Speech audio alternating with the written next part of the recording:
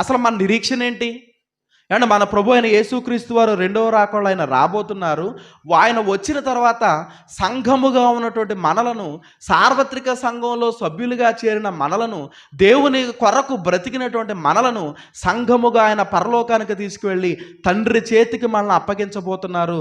ఇది మనకున్నటువంటి గొప్ప నిరీక్షణ. అవునంటారా కాదంటారా? అవును.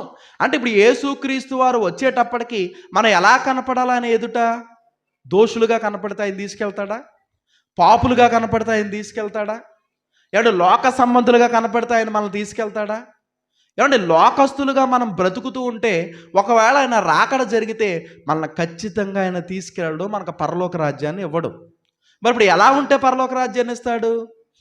ఏమంటే ఆత్మ సంబంధులుగా దేవుని కొరకు బ్రతికిన వారుగా, ఏమంటే మన శరీరాన్ని మన ప్రాణాన్ని దేవుని కొరకు అర్పించిన వారుగా ఈ లోకంలో గొప్ప విశ్వాసులుగా మనం బ్రతికితేనే దేవుడు మనకే పరలోకాన్ని ఇస్తాడు.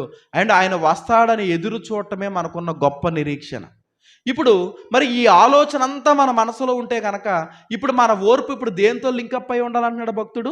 ఇదిగో యేసుక్రీస్తు వారు కొరకు, యేసుక్రీస్తు వారు వస్తారు, ఆయన నిన్ను తీసుకువెళతారు.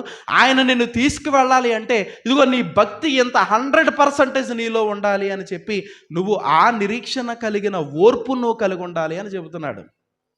అర్థమైంది అనుకుంటున్నాను. మరలా ఒకసారి ఏమండి, ఇప్పుడు యేసుక్రీస్తు వారితో నిరీక్షణతో కూడిన ఓర్పు అంటే ఏమంటే ఎలా మనం ఆలోచన చేయాలంటే, దేవుని పని మనం చేస్తున్నప్పుడు, ఆ పనిలో మనం ప్రయాస పడుతున్నప్పుడు, ఆ ప్రయాసలో నిందలు బాధలు మన మీదకు వస్తున్నప్పుడు నాకెందుకు వచ్చిందిలే అని చెప్పి పక్కకు వెళ్ళిపోయేవారుగా ఉండకూడదు. ఈ బాధ్యత నేను మొయ్యలేనో చెప్పి మాటలు వదిలేసేవారుగా ఉండకూడదు. ఆ బాధ్యతను ఎలా తీసుకోవాలో తెలుసా?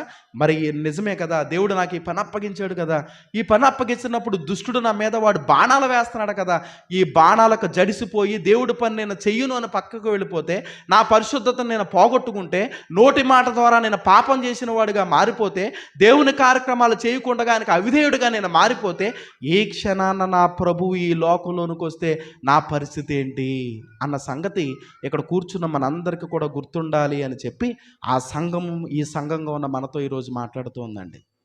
ఆ భయం ఉండాలి మనకి, ఆ నిరీక్షణతో కూడిన ఓర్పు ఉండాలి మనకి. నా ప్రభు రావటం ఎలాగా తథ్యం, నా ప్రభు రాకడ కొరకు నేను ఎదురు చూస్తున్నాను. ఒకవేళ ఈ క్షణాన్న నా ప్రభు వస్తే నేను నోటి మాట ద్వారా నాకు ఇచ్చిన ఆధిక్యతను కోల్పోతే, నేను నా క్రియల ద్వారా నాకు ఇచ్చిన ఆధిక్యతను కోల్పోతే, నేను నా ప్రవర్తన ద్వారా నాకు ఇచ్చిన ఈ ఆధిక్యతను కోల్పోతే, ఆ క్షణాన నా ప్రభు వస్తే నా పరిస్థితి ఏంటి అని ఆలోచన కలిగిన వారమై ఓర్పు కలిగి దేవుని పనిలో ముందు